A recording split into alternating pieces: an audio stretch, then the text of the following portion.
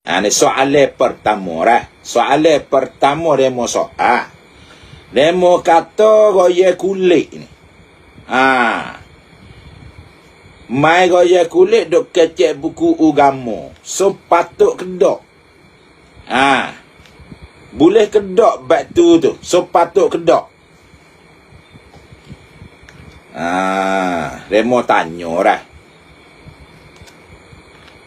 Adik kakak kita kena faham. Yo dalam Islam kita asal dia tu rukun iman rukun Islam tak ada kali kaya kulit. Yo satu permainan budaya Melayu masa dulu. Nah. Tapi bagi hak dia kecek tu. Apabila dia kecek kena, kita nak tik apa? Yo kecek Islam.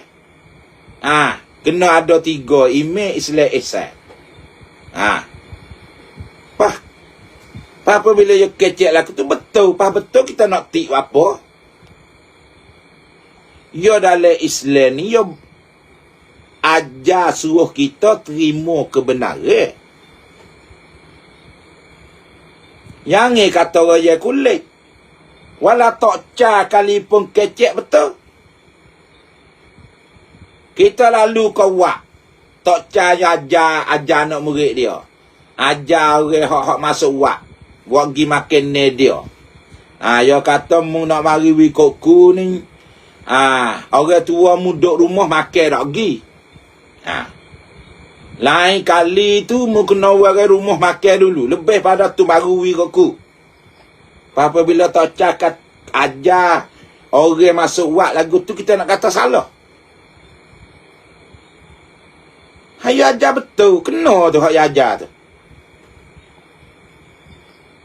Bagi hak kena, kita kena terima.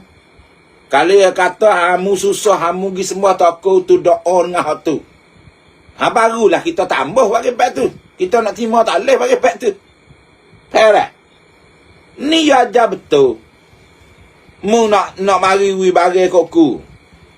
Mu wi makan lagi orang tua, mu ibu bapa mu duduk rumah. Laki hari tu mari wi koku, wi orang tua makan dulu. Kena tu. Ya ajar tu. Sampai tu ime Sayyidina Ali tu. Sayyidina Ali kata unzur ma qala wala tanzur man qala.